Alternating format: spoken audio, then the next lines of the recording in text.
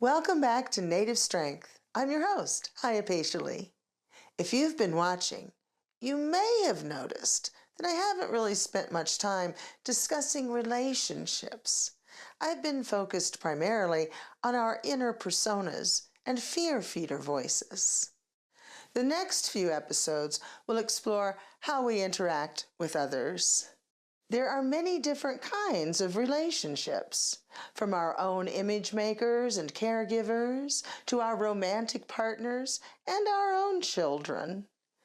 We teach people how to treat us by how we react and what we're willing to tolerate. If we have low self-esteem, we'll probably be sending mixed messages, and this can be very confusing. A successful relationship starts with loving yourself. If we can't have patience with ourselves, we'll never be patient with someone else. If we can't forgive ourselves, we won't be able to forgive others. And if we don't know how to correct ourselves with loving kindness, we certainly won't be able to do that for anyone else. We've been using the wheel of life to look within, to examine our life and how we can find happiness.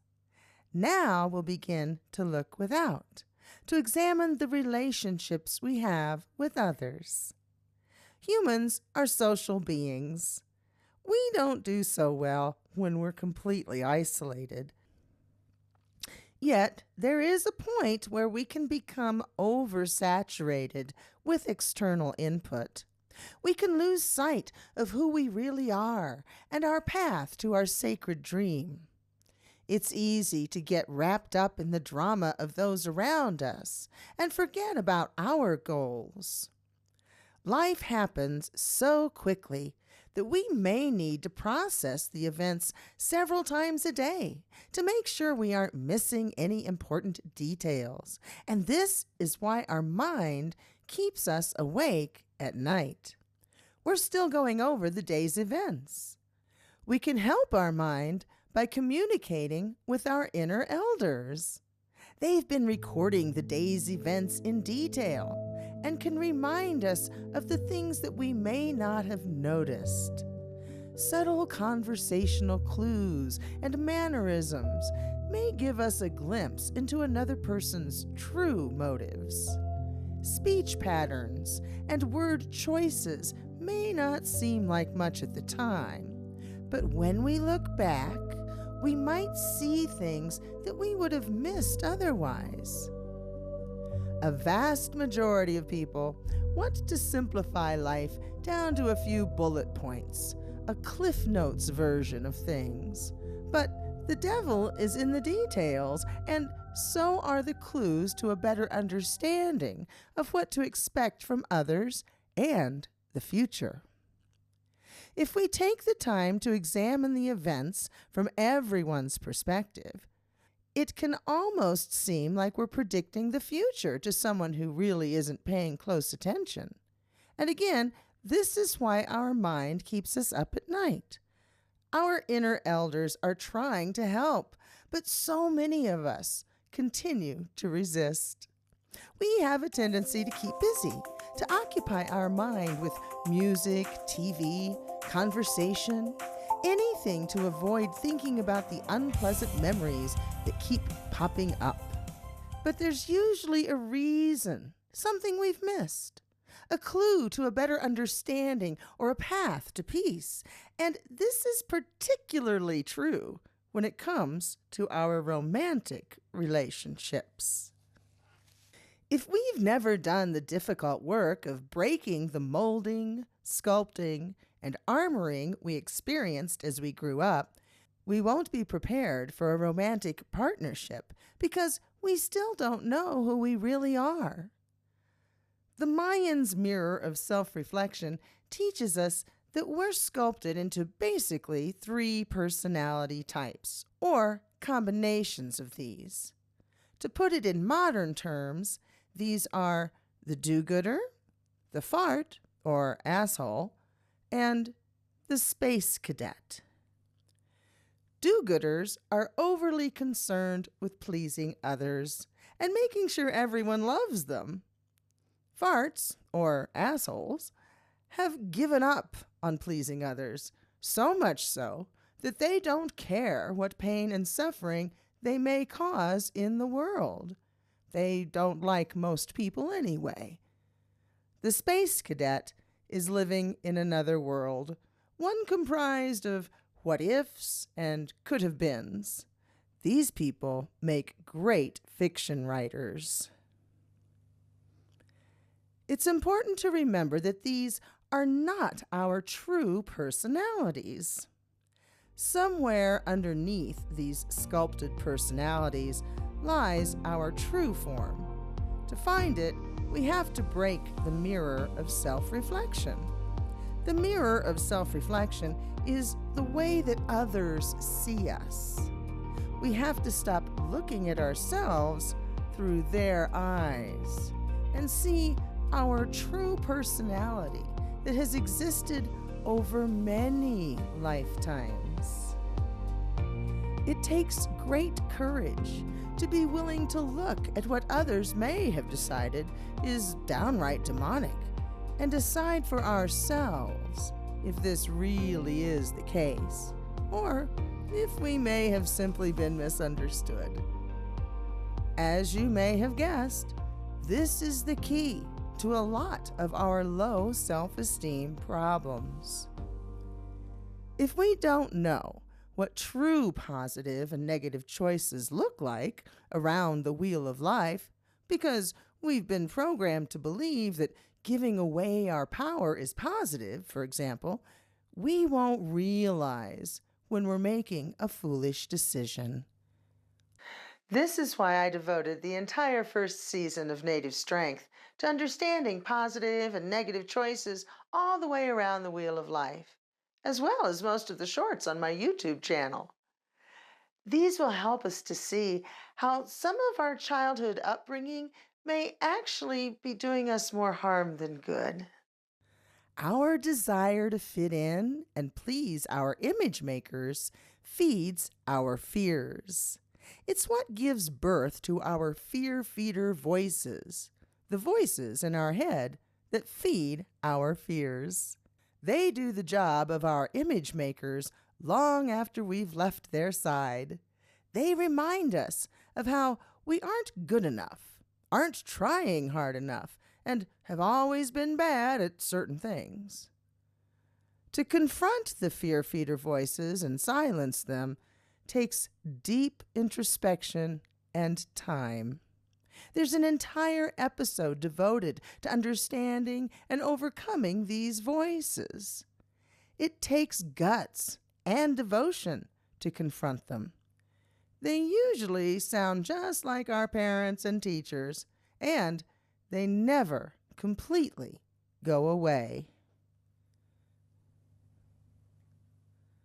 Most of us have never taken the time to do this hard work, and so, more likely than not, we're still on the circle of foxes, influenced by what others think about us to the point that we want to please them more than living our life for ourselves. No one on the circle of foxes is prepared for a healthy, mature partnership. If we're overly concerned about what others think about us, we will, by extension, be overly concerned with what others think about our partner. We won't be focused on the relationship being healthy and everyone involved being happy. No, we'll be more concerned with pleasing people that aren't even involved. It's not until we're comfortable dancing with the coyotes that we're mature enough to enter into a real partnership with another individual. Statistically, most marriages end in divorce. Even when two people are devoted to each other, a partnership is sometimes impossible. That's because relationships are not easy. When we involve someone else in our life, things become exponentially more complicated. Why is that? First and foremost, no one is perfect. We all have baggage from our childhood and past relationships that we bring to the table. Even if we've done lots of work to find our true personality and not be influenced by others, we still carry this baggage to a degree. We've been molded and sculpted into the person our image makers wanted us to become. We've learned that parts of us are unacceptable and not worthy of love. This makes us feel like we have to hide part of our true nature.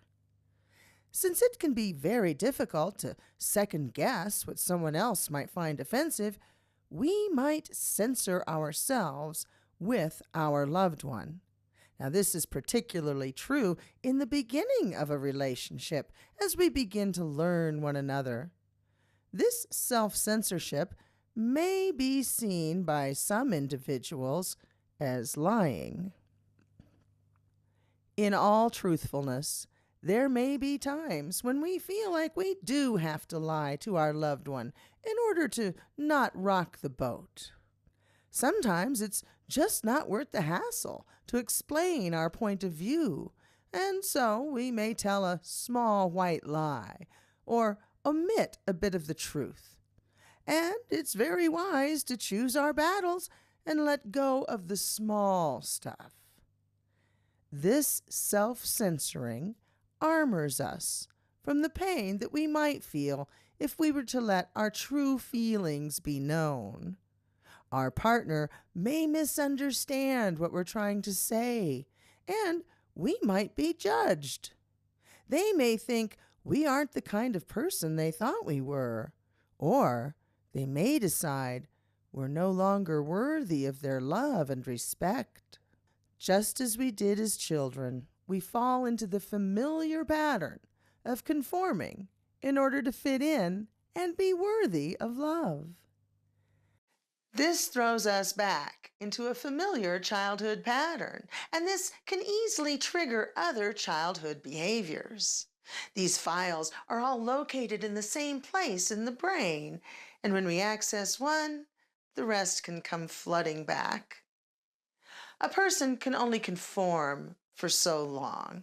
It affects our self-esteem and makes it difficult to go out into the world with confidence.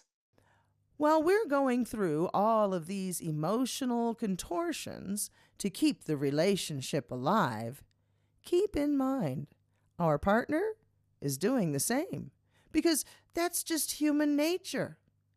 When you love someone, you want to impress them so they will continue to love you back.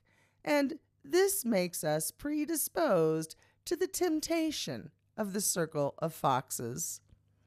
On the circle of foxes, we're much more concerned with what others think of us than we are with being true to ourselves. People in relationships often start to take on the characteristics and habits of their significant other. Now, if this is a conscious choice that we've made because it makes us feel better about ourselves, that's great. But if it's just to impress our loved one, we're starting to walk on the circle of foxes. Now, this can be a fine line. You have to know yourself inside and out to recognize when you're conforming to please another. Most people have trouble making this distinction, and that's why young people especially may have many failed relationships. They don't even know who they really are yet. So we have to know ourselves enough to recognize when baggage from the past is interfering in our new relationship, and when we're conforming just to fit in. You can see that this requires someone who has taken the time to do some deep thinking. And we have to continue to do this deep thinking on a daily basis, to be mindful of our thoughts, words, and actions. There are certain tools for helping you to do this, like checking in with your inner elders and children. The next step to a successful relationship requires a willingness to be vulnerable. Most people can't really do this. We have to be willing to let our loved one into our life and into our mind to a certain degree. We don't have to share everything with them, nor should we. But we have to be willing to be honest about who we are and what we want in life. We can't lie just because it will make us sound better in their eyes. The truth will come out eventually.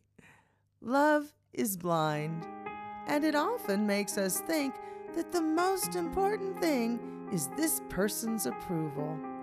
But no, that's incorrect. The most important thing is for us to approve of ourselves. If our lover just happens to agree, that's great. And if not, well, we can either agree to disagree or decide if this is a deal breaker. We can always walk away from a failed relationship.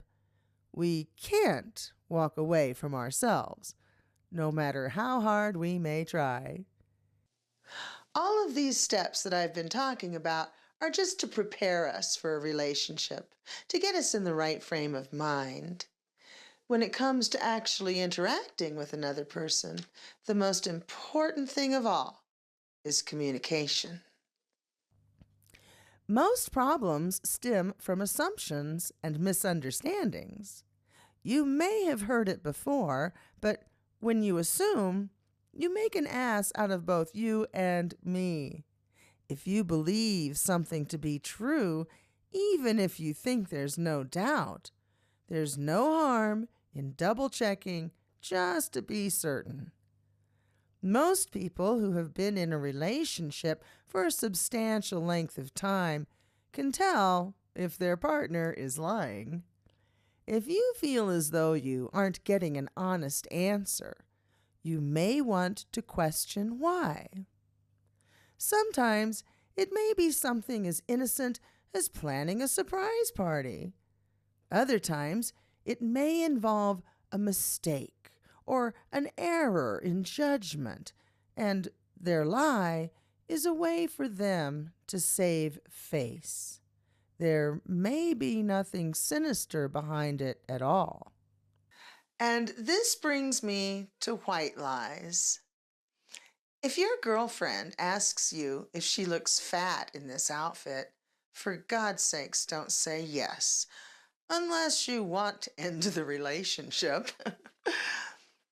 Be kind, be respectful, and consider that whatever you say, it will take 20 times of saying something positive to erase one negative comment.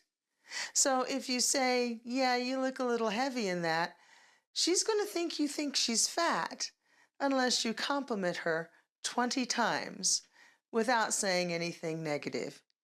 You might consider saying something instead, like, you have other things I think are more flattering on you. Then you're not lying, but you're not hurting her feelings. There's an acronym I want to share with you that has helped me considerably to make sure that I'm saying things in a kind way. It's called THINK. The T stands for thoughtful. Be respectful of another person's feelings. The H is for honest.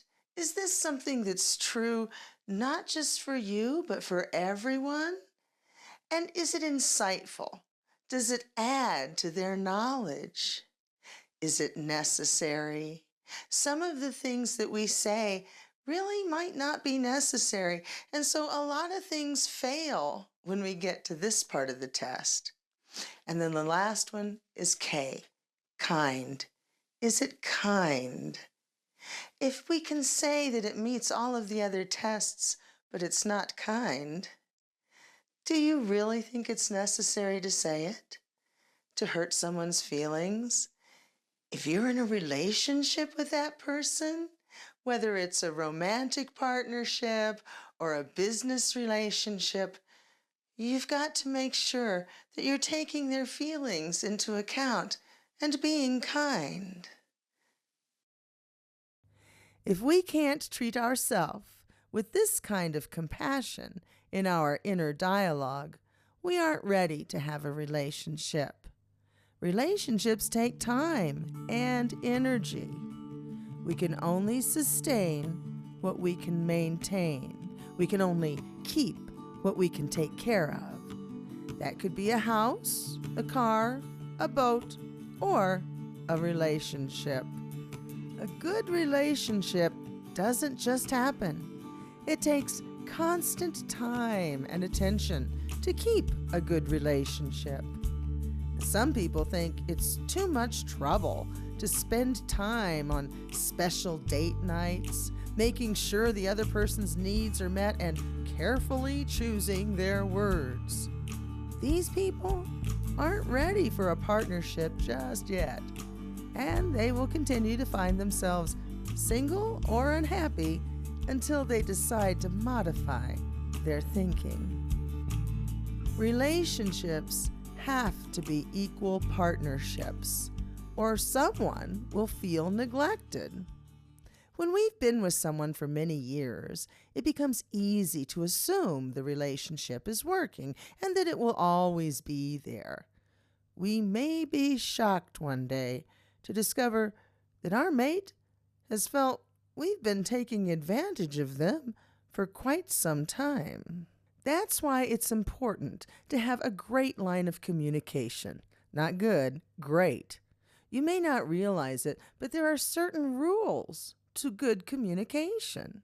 There are certain words and phrases that are guaranteed to cause problems. We have to make sure that we aren't being accusatory. We can't assume to know how another person feels. We can only express how we feel.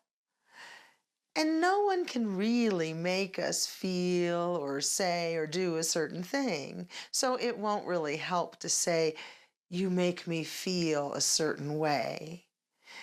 It might be better to say, "When you do blah, blah, blah, I feel yada, yada, yada."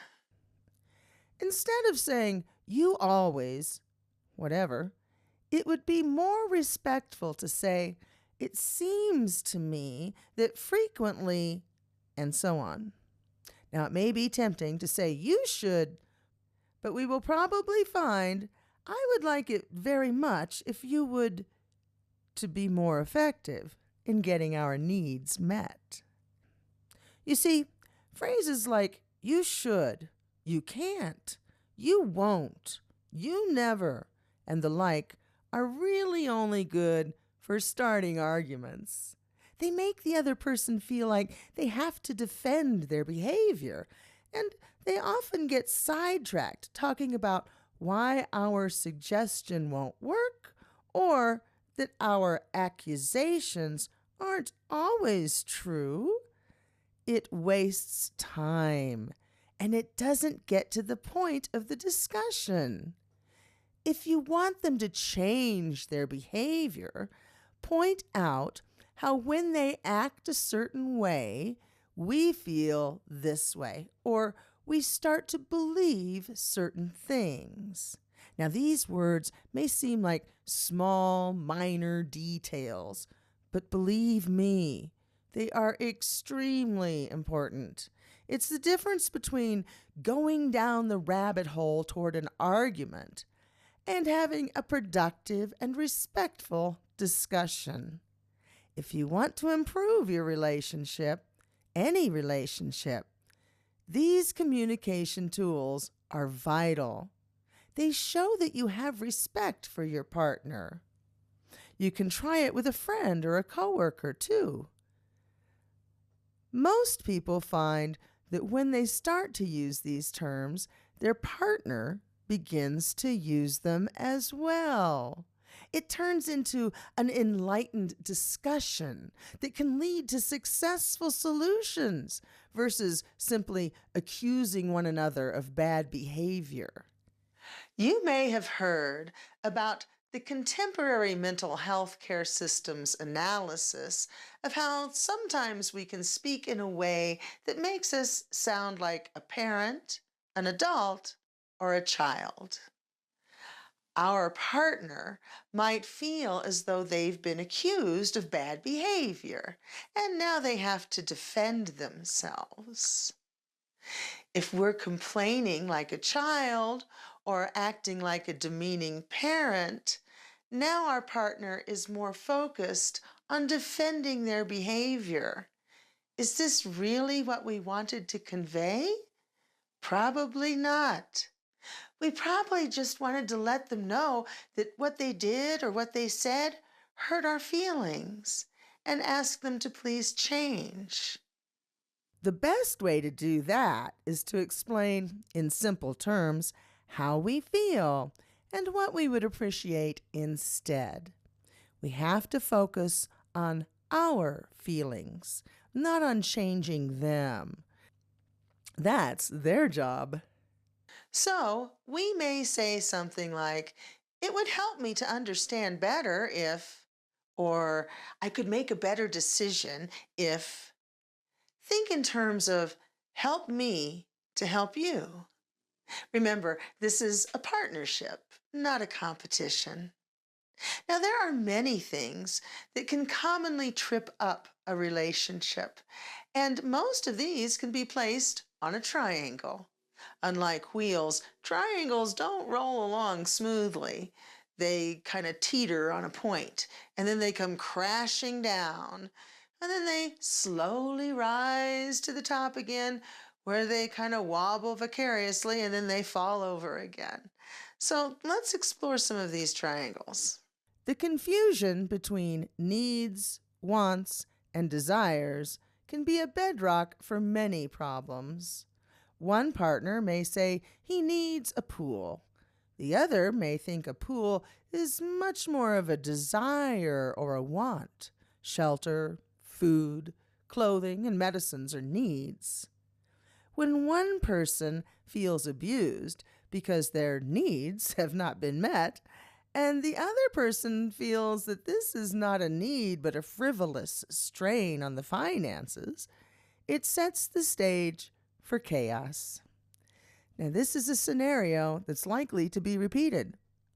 The inability to discern needs from desires usually repeats itself frequently.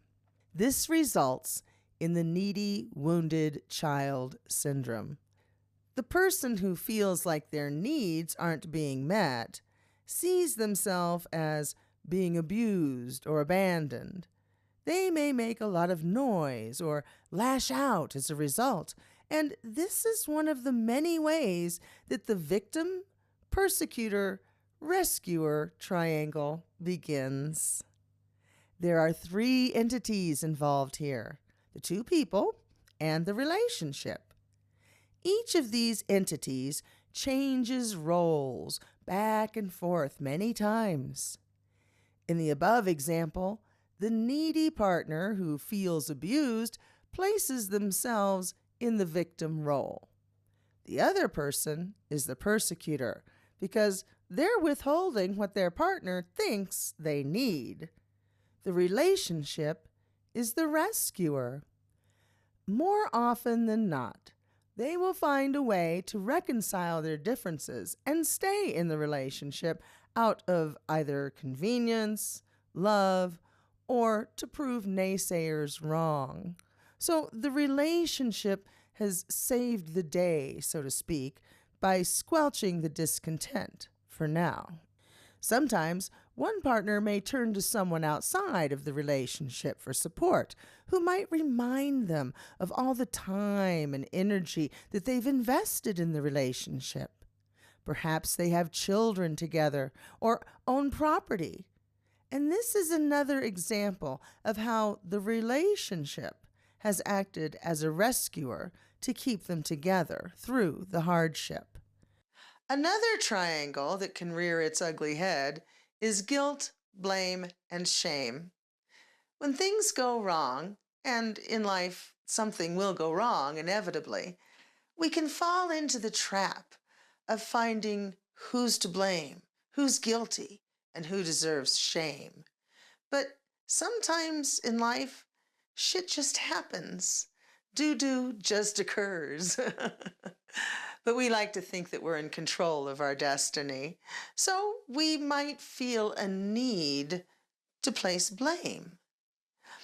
Sometimes we feel as though if we don't find someone else to blame first, someone will point the finger at us.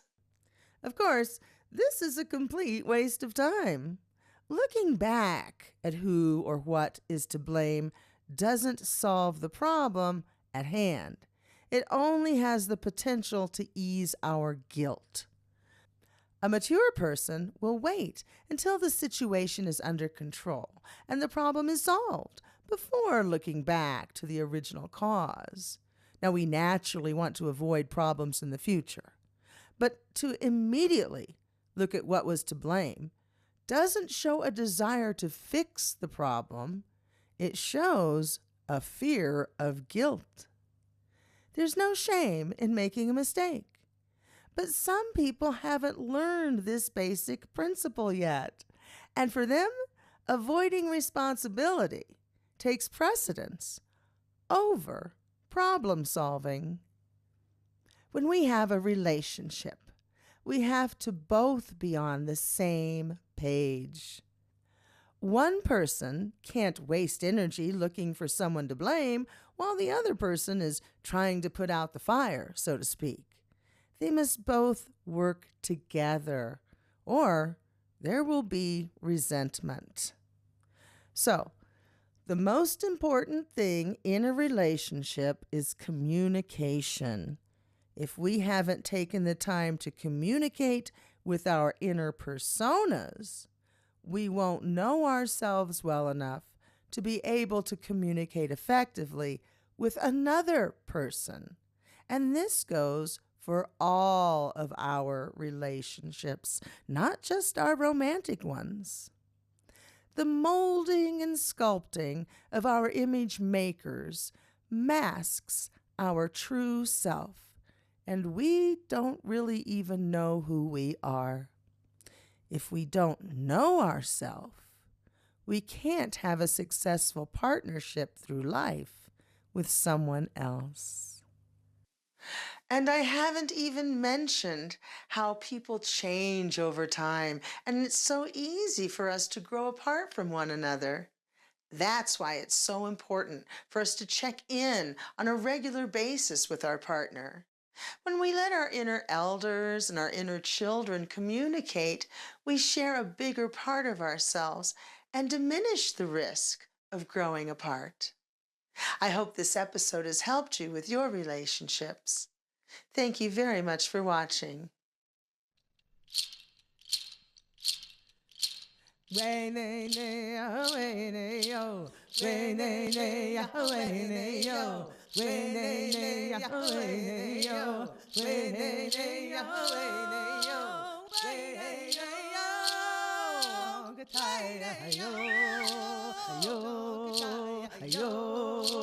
Ayo.